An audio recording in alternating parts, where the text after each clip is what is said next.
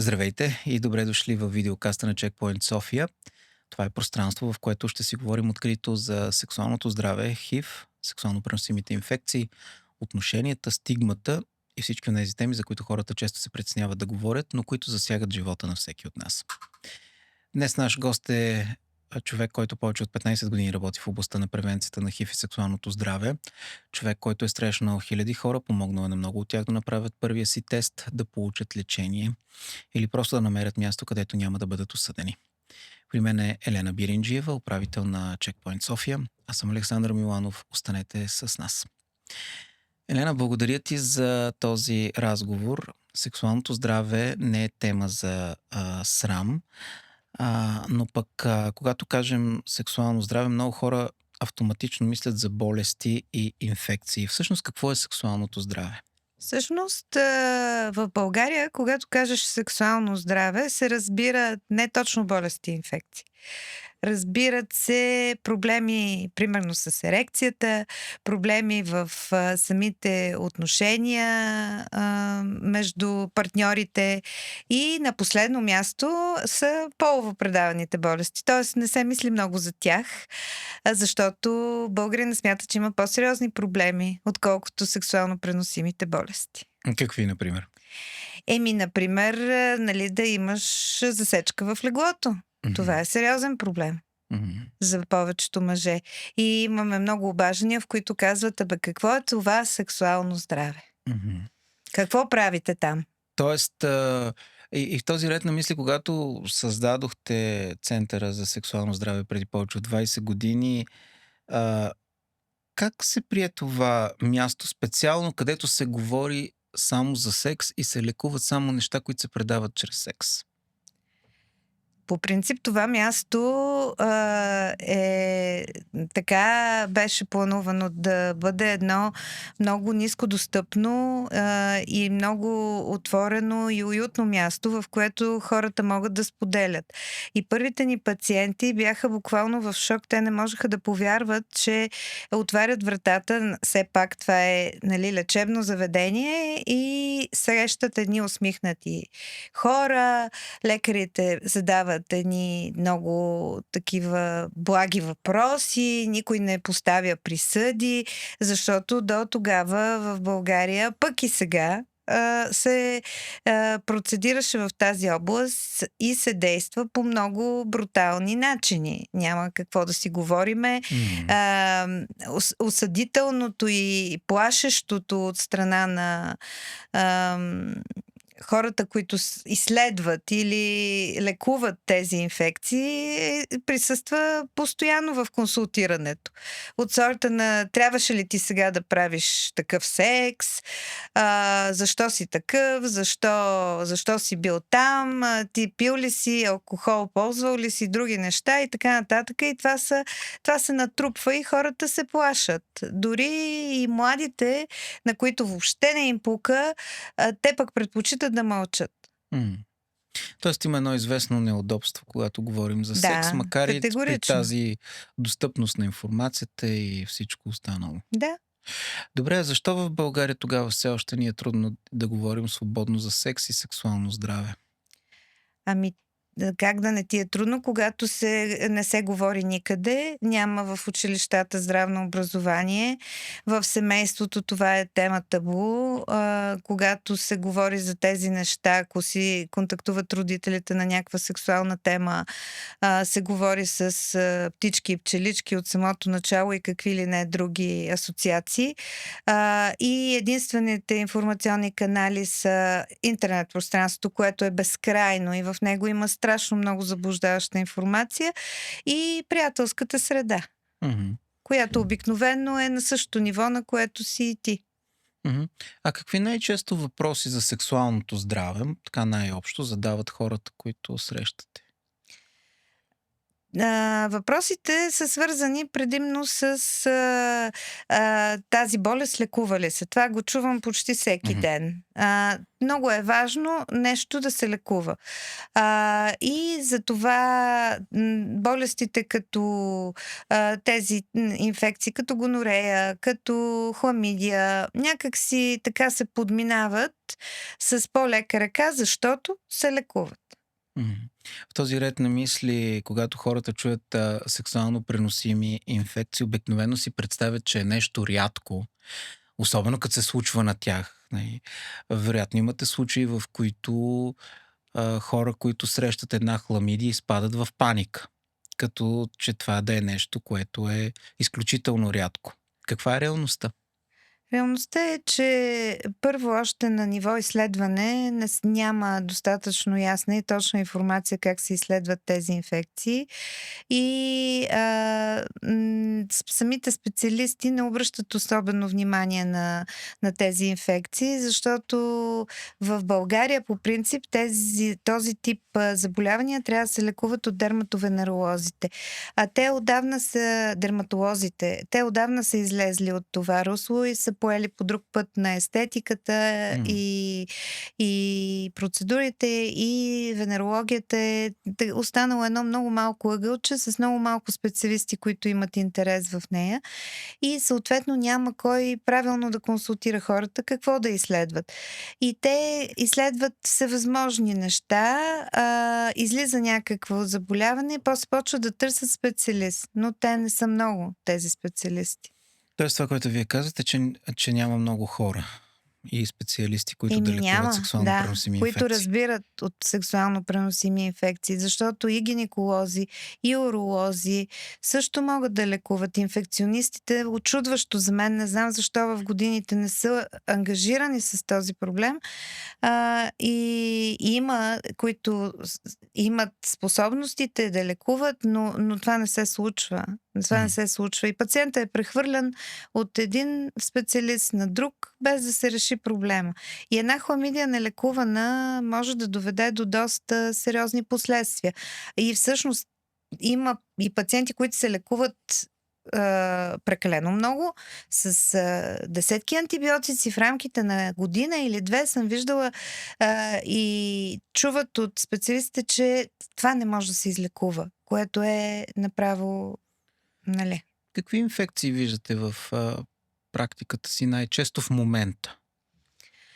В Какво е момента актуално? ние абсолютно следваме европейската тенденция, която е увеличаване на две инфекции конкретно, и това са сифилис и гонорея. Не бих казала, че това засяга само гей общността, защото има и такива, нали, стигматизиращи мисли в обществото, че това не е наш проблем. Напротив, все повече се увеличава. Мисля, че около 34% се е увеличил също и гонореята при жени. Мгм. Така че младите хора, които имат партньори по няколко или дори да нямат такива, един партньор е достатъчен, с необезопасен контакт да те инфектира. Това е бактериална инфекция и се предава лесно. Може да се предаде по орален път, може да се предаде чрез контакт сексуален, влагалищен или друг. И така бих казала, че може да остане скрита също. Така че изследването е най-добрият начин. А кои инфекции най-много се подценяват според вас?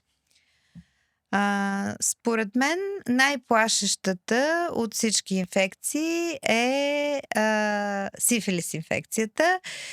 Тя плаши, когато говориш за нея, но реално, когато хората трябва да се изследват, те избягват това, защото не може да ни се случи на нас. Сифилис звучи по някакъв начин остаряло, Мгм. все едно го няма и е изчезнало. Той присъства, милия сифилис, и се разпространява. Пък естествено, около ХИВ е най-голямата стигма и най-големия ужас и страх. Но и той пак остава настрани, защото хората са абсолютно убедени, че не могат да хванат ХИВ. Както казват те, спина не може да ме На тях няма да достигне. им се случи. Да. А тогава кои инфекции вас ви притесняват най-много като специалисти? Пак ще повторя, сифилиса доста ме притеснява, защото той е наречен великия имитатор и тази инфекция може да даде такива проявления, които дълго време да не те наведат на мисълта, че имаш сифилис инфекция. Протича като вирусно заболяване, като обърква се много често с алергичен обрив, с ангина гнойна, ако щеш, какви ли не неща. И когато той напредне във времето, става и по-труден за лечение и за диагностициране. Така че бих я поставила сифилис инфекцията на първо място, а касайки репродуктивната функция на мъжете и на жените, за което много се говори напоследък, бих поставила гонореята и хламидията, защото нелекувани те намаляват репродуктивната способност и при двата пола категорично с доста сериозни проценти на година. Още повече, че гонореята напоследък става все по-резистентна към лечение. Това е другия огромен проблем, от който мене много ме е страх, защото преди 25 години, когато започнах да работя, този проблем въобще не седеше на дневен ред. Протоколите за лечение на гонорея бяха доста по-опростени, докато сега забелязваме наистина резистентността да добива все по-голям мащаб и не знам какво ще се случи след още 10 или 15 години, дали ще има наистина достатъчно препарати, които да повлияват тези инфекции. А вярно ли е, че много от тези заболявания протичат и инфекции протичат без симптоми? Сега, класическото протичане на повечето от тези инфекции на бактериална основа, повтарям, те имат своите симптоми. Дали ще има течение, дали ще има болка, парене при уриниране, или при жената също дискомфорт, влагалищен дискомфорт и така нататък. Ще има нещо, което ще наведе съответния човек, че нещата не са наред. Но когато инфекцията е в устната кухина или в ректума, тогава вече нещата са по-различни. Защото тогава много лесно може да се обърка с друг тип инфекция или пък въобще да не се открие. Примерно една ректална гонорея, ако не се вземе точно оттам проба, тя няма да излезе в урина, няма да излезе в нито едно друго изследване. Тоест, можем ли да кажем, че има инфекции, за които човек може да не разбере с месеци? Възможно е, да, разбира се. И пак ще повторя, сифилис и гонорея със сигурност, хламидия също. Хламидия или микоплазма, те също могат да протичат с много леки симптоми или безсимптомно. Сега ще започнем една тема с вас да говорим, за която много малко се говори. Хората смятат, че с една проба с урина или една кръвна проба, както хората обичат да казват, от венозна кръв, Да, с много този е важно. патос, е абсолютно достатъчно за диагностициране на някои от инфекциите, за които ние говорим, без значение бактериална или вирусна. Защо това не винаги е така?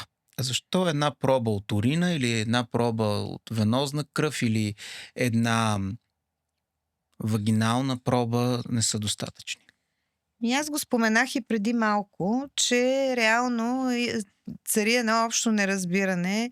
Няма да го нареча невежество, а по-скоро неглижиране на нещата. И самите медицински специалисти, когато назначават тези изследвания, не обръщат внимание на това. Дори... Тоест искате да кажете, например, че назначаваме една хламидия, ма с кръв. Точно така. Масово се назначава кръвно изследване за хламидия. Съответно и пазара, и лабораториите масово я предлагат. Но никой не обяснява на пациента, че изследването за хламидия с кръвен тест ще покаже, че този човек се е срещал някога в живота си с тази бактерия. А дали в момента тя е активна, дали трябва да и подлежи на лечение, това не може да се каже по кръвен тест. И къде е най-вече също, може би, тази хламидия? Не, М. кръвният тест, той ще отчете примерно антитела или ще отчете някакви антигени, нали, но за диагностичен тест той не се използва специално от специалисти, които работят в М. областта. А иначе масово, нали, ако искаш някой да ти назначи да си изследваш хомина, ще ти се назначи. Но той да ти назначат, трябва да си я платиш. В България е така. Всички сексуално преносими болести се плащат, М. изследванията, лечението, всичко е за сметка на пациента. Няма пътека, няма абсолютно нищо покрито от здравната каса, свързано с тези инфекции. Затова и се спекулира много с тях. Назначават се. Другото пък е супер диагностика, която ти назначават едни огромни изследвания и ти получаваш едни скали от едни много скъпи лаборатории. Дават се стотици евро за една свръхдиагностика, в която, нали, виждаш, че имаш хиляди бактерии, а това се оказва, че са нормалните бактерии, които живеят по твоята кожа и не М. могат да ти навредят. Но когато видиш тези цветни диаграми да светят във всякакви цветове и си получиш изследването, можеш наистина да изпаднеш в шок. Да, защото свръхдиагностиката обикновено прикрива некомпетентността. Тя за това се появява или незнанието. В този ред на мисли, когато говорим за изследване от всички възможни места, можете ли да кажете кой е така най-добрия златния стандарт за гърлена проба? Какво трябва да знаят хората, които искат да изследват сексуално трансмисивни бактериални, да Сега повторим, за инфекции? гърлената проба е важно да се знае, че тя се взима при положение, че по време на консултирането или пациента е споделил, че практикува често орален секс. А, Включително и и мъже и жени. И Тоест, мъже и жени мгм. категорично, и при двата пола трябва да се мисли в посока да се вземе гърлен секрет. Естествено, за ДНК PCR изследване, защото това е изследването, което може да покаже в момента има ли активна инфекция. Тоест една микробиология няма да Една свърши работа. микробиология няма. Да, много се заблуждават специално с гърления секрет. Нека пак да повторя. Гърления секрет, микробиологичния, ще ви покаже за други бактериални инфекции, като стафилококи, стрептококи, други. М. Те са много в устата на човека, но няма да открие гонорея, няма да открие хламидия и няма да открие микоплазма или уреоплазма. Трябва да се направи специализиран тест. Мгм. Какъв е най-правилният подход за гърлен секрет, за взимане на гърлен секрет? Когато правиш микробиология на гърлен секрет и не изследваш сексуално преносими инфекции, трябва да се спазват някои определени правила.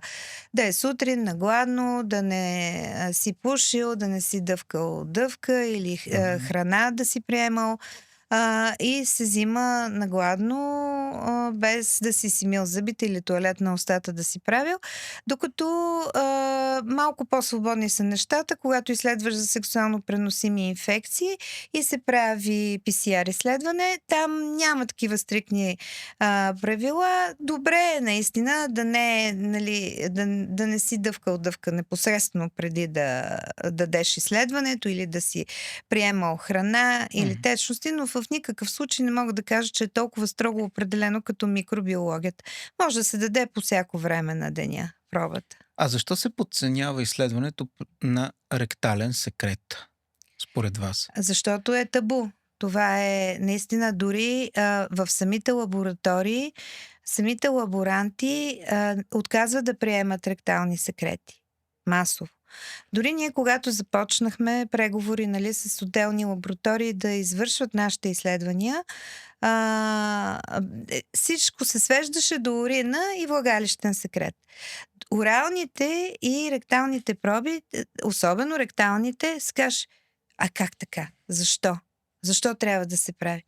Но все пак, нали, а, това също е място за сексуални практики. М. И това е най-уязвимото място. И там не се ли вземе ректална проба, последствията за човека също може да са доста сериозни. Колко често откривате а, сексуално преносими инфекции в ректални секрети?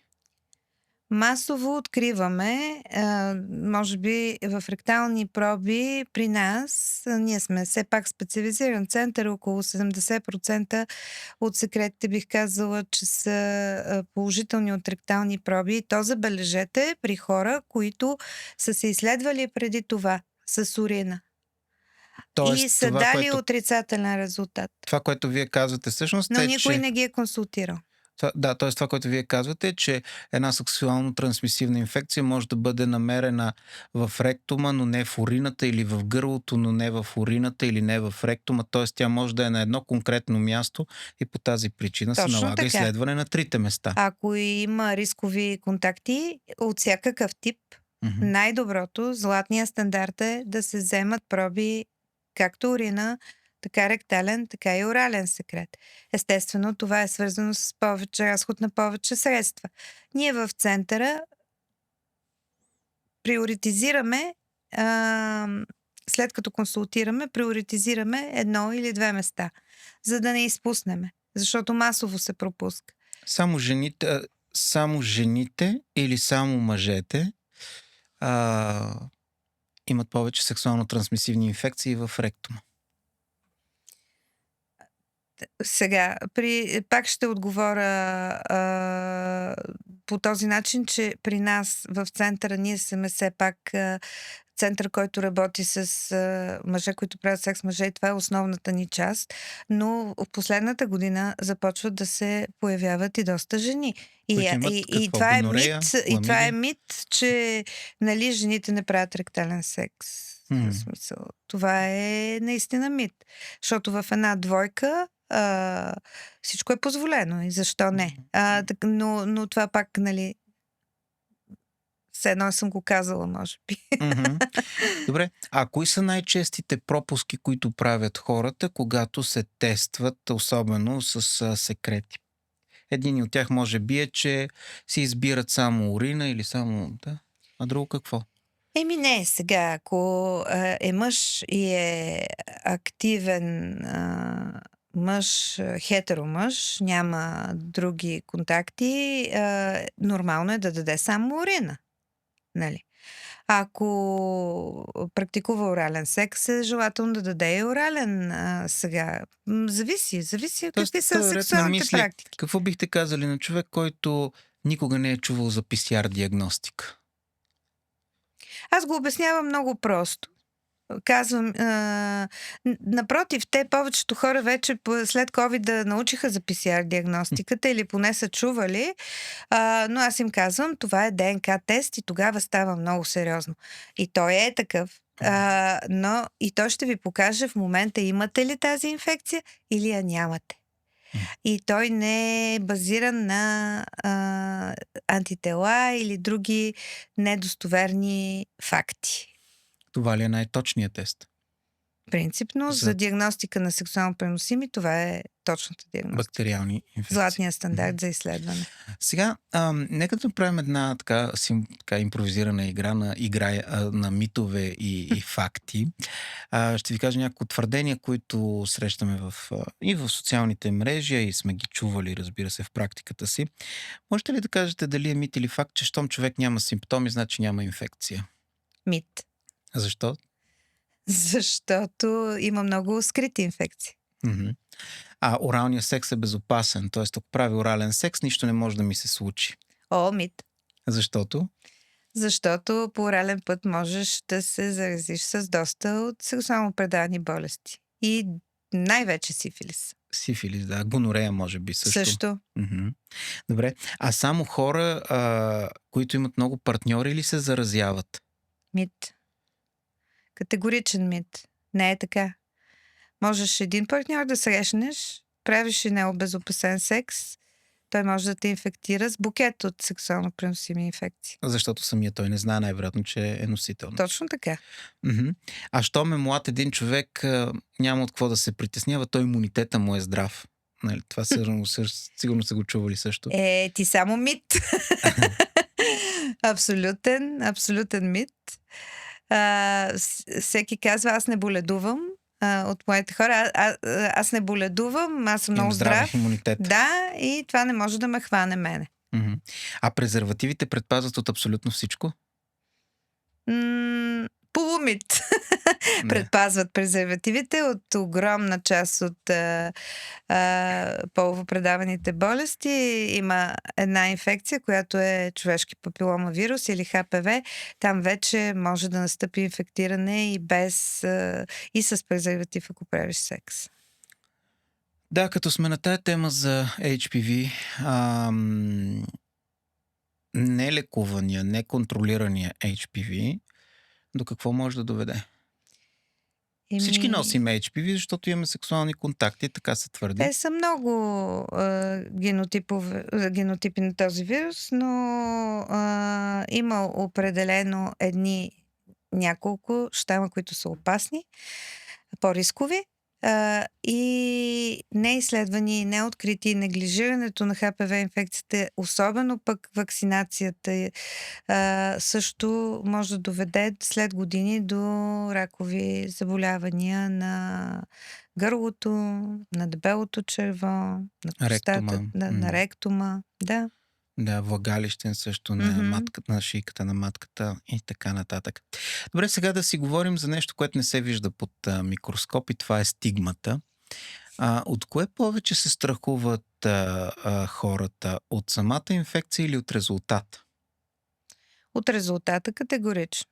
Имаме хора, които не си проверяват резултата, страх ги е да си го проверят, държат да изчакат, ние да им го кажеме, някакси да прехвърлят отговорността. Много е голям страха от резултата. Много голям. И аз съм зад това, защото това не са обикновени изследвания. Това не е да си пуснеш кръвна картина.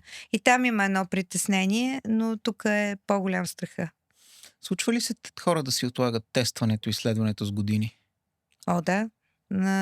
Много често се случва срещам, например, последния пациент, който дойде да се изследва за ХИВ, беше 75-ти, мисля, че набор, и той каза, че никога в живота си не се е изследвал за сексуално преносими инфекции. Никакви. Никога. Камо ли ХИВ, и дойде да се изследва за ХИВ и за сифилис.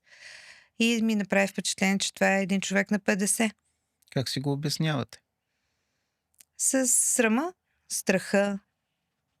Не бих казала, че е незнание. Не бих казала. По-скоро неудобството от това да застанеш пред някой и да заявиш, че искаш такъв тип изследване. Мгм. Добре, а как реагират хората, когато получат положителен резултат? Различни са реакциите при положителни проби от крайности, но зависи за какво. Първият въпрос, както казах и в началото, е лекува ли се. Тоест дали ще умра? Пък когато е ХИВ положителен резултат, тогава ще умра ли. Мгм.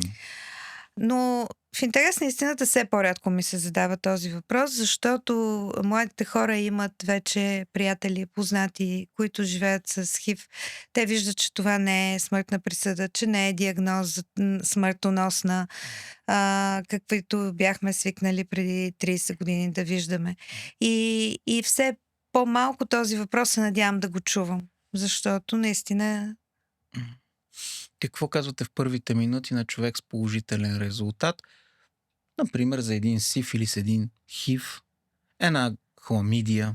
В първите минути категорично казваме, че резултатът е положителен. Това е много важно и е част от консултирането. Да няма заблуждаващи послания към човека и объркващи, защото много хора идват с някакви резултати, които никой не иска дори да им ги разчете. И казаха ми, имаш нещо, хванал си нещо, с нещо Лош ти си е такова, резултата. не ти е хубав резултата, това ми е любимо, не ти е хубав резултата. Иди да търсиш, нали, помощ, като не дават никъде къде да отиде, какво да направи, и хората идват толкова объркани. Такъв човек е много трудно да го събереш, да го фокусираш, да въобще да разбере за какво става въпрос. При нас казваме директно: теста ви за сифилис, примерно, е положителен. Имаме протокол на действие, трябва да направим 1, 2, 3. Тези 3 стъпки и ще сте излекуван в рамките на няколко седмици. Всичко ще се реши проблема. Това е. Така и така сме пак на този сифилис, Мгм. който видимо е бич за сексуалното здраве. А в България този сифилис не се лекува. Как го Това лекуват? е много голям проблем. В България мисля, че 2015 година няма терапия за сифилис, която е по европейските стандарти и протокол. Това е един антибиотик, който е с продължително действие, с депо действие и е една инжекция седмично. За съжаление, единствените оръжие в ръцете на лекарите в България е да изпишат антибиотик, който трябва да се поставя в болнична среда доста дълго време, в рамките на 7-10 дена. Как се поставя? Венозно? Венозно или мускулно, няма значение, но това Човек седи в 10 дни в болница, за да се лекува. Да, между 7 и 10 дена трябва да постъпиш в болница или се лекува с антибиотици, които са през устата, които са недостатъчни за излекуването и овладяването на инфекцията. Да погаделичка сифилис. Ние специално, както така, ние се малко шегуваме в центъра, нали, правиме гъди-гъди на бактерията, но сега с каквито средства с такива, ние в Checkpoint правиме неимоверни усилия, полагаме, за да осигуриме този антибиотик. Има ли случаи, в които хората пък ги твърде много лекуват? Да. Прочел някой лекар, че това се лекува и... Да. Няма да назовавам града, защо пък да не го назова? Няколко пациента вече идват от Пловдив, които единия беше лекуван 3 години, през 2 месеца за сифилис, постоянно, с инжекции, постъпва в болница, ходи, той не беше постъпил в болница, ходи стационарно да му ги бият всеки ден по 2 пъти. И това се случва през 3 месеца, след което прави някакви изследвания, които са антитела, които винаги се позитивира до края на живота на хората, преболедували сифилис. Казва се, и още не си излекуван, се 3 месеца пак и пак. Това момче дойде буквално вече с идеята, че той ще живее с този сифилис до живота. Тоест, вместо да се изследва количествено, т.е. дали има активна инфекция точно в момента, лечението се базира на антитела, които не се изчезват. Предпочитам да мисля, че това са единици и са някакви прецеденти, защото това е наистина спекулиране с доверието и здравето на човека. Това некомпетентност ли е? Какво Не, това е комерция. Тоест някой печели на гърба на някой друг. Да. Злоупотребява с това. Има ли случаи, които няма да забравите? Десетки са. В коя област? Каквото искате. Десетки са. Разкажете ми за сифилис, като сме го продължили този разговор. За сифилис имам изключително различни интересни истории и то особено мъже, които искат да се оправдаят пред партньора си, откъде е дошъл аджаба този сифилис и се почва, като най-хитовото, което стана в годините е, че бил на гости на някакъв приятел на село и една патка го ухапала. И с това много сме се смяли, но той го разказваше на жената си с много сериозен тон, почти трагично, нали, и оттам е тази раничка, нали, която има той на пениса. Чували сме какво ли не, чували сме, че се е порезал на дограма, докато е слагал един майстор, който прави дограми, каза на жена си, че се е порезал на стъкло на дограма.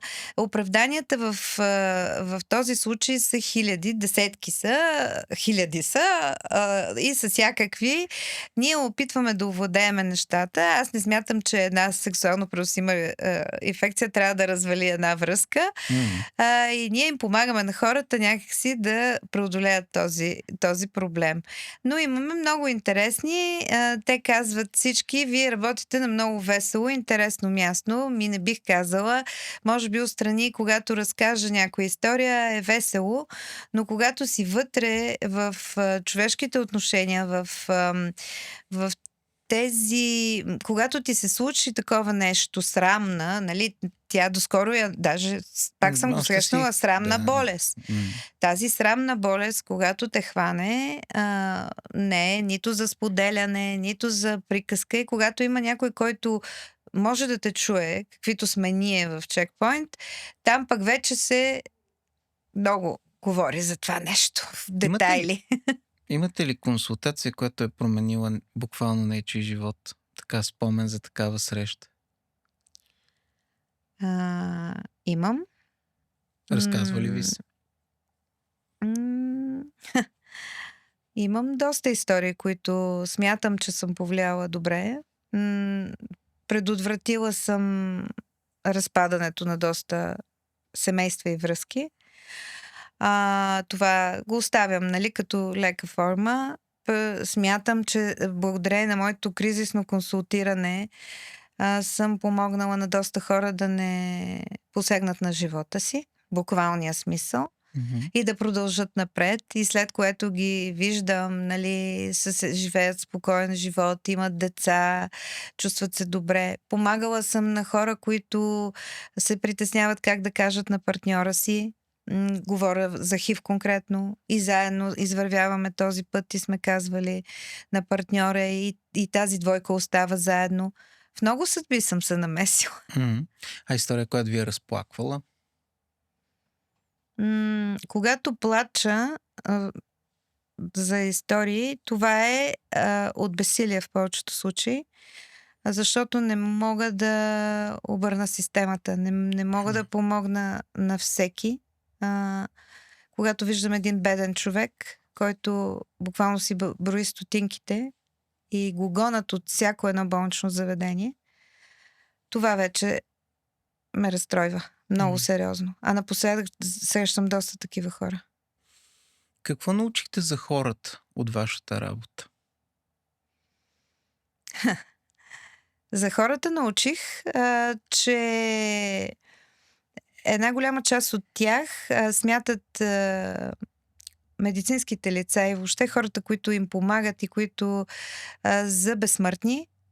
Това са хора, които нямат личен живот, не трябва да имат свободно време, не трябва да се разболяват, трябва да са просто едни машини, които работят постоянно. Научих се, че има големи пропуски в българския пациент по отношение на комуникацията. От това да влезеш и да кажеш добър ден, от това да се усмихнеш, когато ти се усмихнат на среща, да зачиташ авторитет, да зачиташ мнение, това куца тук. Тоест българският пациент е малко като на пазара или обратното с лекаря? Искам това да ми се направи. Когато се опиташ да му дадеш здравен съвет, не говоря масово, но се среща доста често, затова го споменавам. Говори през теб, не ти дава пространство да се изкажеш, за да му помогнеш, защото ти го правиш, за да го насочиш. Нали, малко от сорта на мога да оправяме коли, мога да, нали, да всичко да правиме, и това може. И ние разбираме и от това. И изкуственият интелект се намеси сега последно време. ChatGPT вече е казал всичко какво да се направи. Само че има една малка подробност, че ChatGPT, ако не му зададеш правилния въпрос, той също може да те подведе. И когато, нали, нямаш представа от една тема и зададеш на ChatGPT, той може да ти даде насока, ама не може да те, нали, консултира човешки. Ако може да кажете едно изречение на човек, който гледа този епизод, какво би било то? Изследвайте се, усмихвайте се. Елена, благодаря ви за този разговор. Сексуалното здраве не е тема за срам. То е част от грижата за себе си и за хората, които обичаме. Ако този разговор ви е бил полезен, споделете го с приятел, който също трябва да го чуе. Последвайте ни и в социалните мрежи. До скоро!